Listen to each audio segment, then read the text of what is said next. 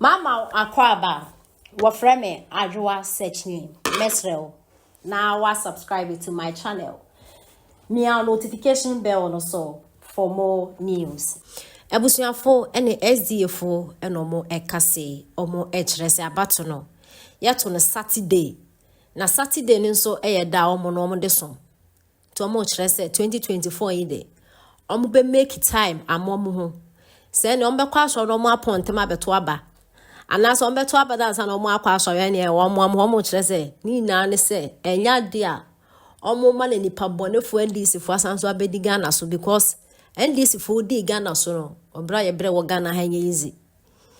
utumi efri ufie na wa akọ ekrom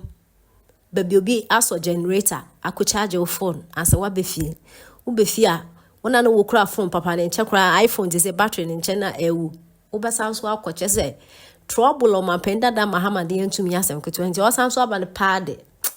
ene ka wode be kwa sore sa Saturday da kono me 7th December Saturday ne de ka wode be to aba o ma to my penda da Mahama ego yenti ensem mo de etuja because omunim say ko bia no ye won kofo ye from conservatives and the liberal ho no ye be de pa wo so omo ansi ginaye let's go ana omo kan say gina wugidie so because omunim say won kofo bia sa conservatives no koka say bia chinchira nkoto a na akọ hadwen but the me pese me nuanom hu ni say mimi da kwanwefo hwe ye numbers ni ye contributions to Ghana's development in sorry a developing Ghana mimi da kwanwefo ka ho in sorry a developing Ghana no mimi da kwanwefo ye SDA ye ka ho pa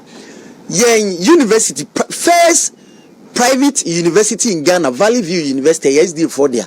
almost in the 1970s 25 years later and sana almighty Roman ni praise before ATB a training college nurses training college secondary school any adina primary school there ya come here say yani Roman ni praise before na compete ADRA a Adventist Relief Agency ADRA Juma Edin Ghana they make akosi ni say SDA ya sorry a oman chichire ye da yakoma so a bread do say ye show that ye patriotic spirit no na onyankopon hye yen say ye sa ye homeda aba no ye beto free 7 to 5 o'clock mesro two things baby a wote no say nipa no so ho na obetima to aba 7 to 8 bohwi kokoto aba ufiri ho anu aba sorry anase wo bekọ sorry upon 12:30 na udimika baby a ye to baby a police station ye to aba no kone koto utu wi a de nyina ho nkasa sabio enyina ho kwaje achinyi now de waba so dem na wabe ya program wo yesa wonto mra enti mesre mo moma ye nyina yenkoto because wo twere ni mu na ye nyina ya kenkan na o ya so dem se nipa bonefo di oman ni so a oman ni si apene oman ni bre ye nyina ye nim enkofo bi ani omo pre ye nuanom NDC fo na etoda me pese mebo mu dia project omo no omo be di oman so a free SHS no na ya friend is saying national health insurance na ye basa na twam na ni atwam wa woni tua so omo be di oman so ko hospital kwa ye nye ma remfi omo be di oman so no petro ni boy ye din ye sa alliance na ye to e ma remfi o ma remfi a wo be ha oman na yabi na nipa boyefo a medi oman so am yensi apene ti home da kokoto aba that said medical mewie sa advocacy na but here na bia ma sorry mo no de enya de a sa discussion no course so from 24 no de obo no da bi asofo bi akra me TV sunti u de nya do but asofo no kra omo for mo na me say letter no free omo buy no uzo manga se tu ana enkoto enti mesra wo de o ya sorry ba wa unim na minim se bi beto adano kra de me kan o ya sorry o say Dr. Wati nyanto ba se na me kra de me wakoto na no pa ansa na ma ba sorry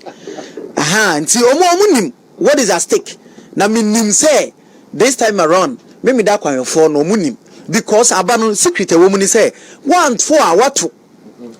abano say one for a what that is the secret because say one for na and 50+1 it is a one for na say NDC for no gi twi kokoto a omo numbers ne ye bekan eti one for a what na what for NDC a wo mpe so obeba okay eti mesrew ma wani na ho na ye nyina ye nyi o man because Ghana you nyame man na ye nyi nsi o ukoto a wonto mra bia. But anyway, but I was say on that. Ma menka asem chro. NDC for me suspect you. Me wia me be trelete me a menya intelligence bi o me test con o mo frefre o mo ye training bi. Na o mo ya akoye wrong call.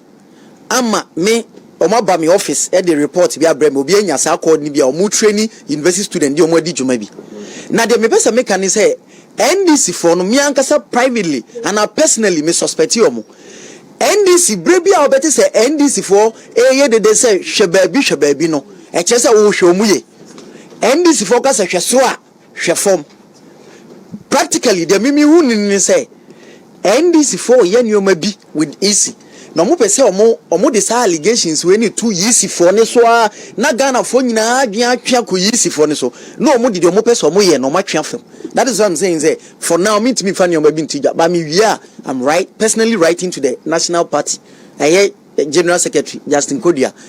Intelligence be a Miami students in India Bremi. Eti muma yenshe NDC for no dede na sebi your moye no. A strategy. Say yen na ye be blame yisi for no motima ye de omoye no. In any case, adina yesi yen kan wasem ne transfer ni album ni sa ni omani na no. Yesi provisional. Provisional no nye complete. Yanka se ye wio yanka se no ne de ba beto ba yesi ade no eye provisional enyanyi yenti no yesi yama okwan se behwe se wudi wo mu a behwe se o picture wo mu a behwe se o transfer ni ko ya enti afa de ani dede because ade no enyanyi ye that is not the final product. Me na yeke minister de me cannot just say na me ntese se Dr. Omane Boama ono a woni menti na me se de omo ye no it's a strategy. Because I see document in a provisional. Ah, yenya mu adwuma nwie ye. Eti obi a mehwe se ni picture no ano no a obi a mehwe se ni din no ano no a eti se ukọ na ko funso bi a dede na ye no ene de ukọ efunso ni wo mu nti no ene ye se obi a mehwe ne incorrect. It is ukọ ne se o picture na da ho no eye mimi Simon din mi picture na abeto wo de na omunim se saade ni betimasi no nti no ene yesi behwe ne correct no it is NDC phone kokohwe no mu hu sa problem na sa allegations ni nyoma kese ya ye kato yeses no yeses no anything etina me see NDC phone no me practically I feel omo nkasa ye suspect na omo yesa enioma bia national party no mo ni nko ho me betwa akoma national party no because mo sheda it's one of their tactics. So mo be yes na ye ni akoye ni omo twena na omo so na mo kire ye de omo no ye it's who say I just noise just noise yeah because omo nim say ade no enye final product it's still going through the quality control process. So eti behwe o picture adani anu aka ni a rectify behwe wudi no ya spell ni ya na ya rectify behwe se problem bi wo ho a no aka ni a rectify eti say ade a enyanya final no ukoshe is a problem wo mu a dede wo hu na anything. Why should you have problem with it? What you have to do is that ukone a picture no nya yi a what can say me picture assessor eti misrawo ye hu bibi mai anasa nya misrawo kra because ye nhema yisifo ni say omo ye na what can ya correct it is a ukona ko hu sa de na dede no ene de yin eti practically misusu se sa de no sa na ma me nu wei na me work fa sa de no say NDC for na angasa ye under suspect and a two ade no ye say provisional nyanya nwie enu nti ne ye hwe no etu ukona mfunso wo mu a enye yisifo no na eye pastor dey say na sa de no besinti and no more those processes ni na bama ye go through it's all part of the quality control and the quality assurance processes ukoya afeni enya final product sabe ya adana ye beto aba no obekona udin wom obekona o picture no said ya open no sa na ho ya anya sa de we na niema na ye hu ni sese no ebesi 7 December no entina Dr. Bosman ka say enioma na o mo kan esi brebia ye beto aba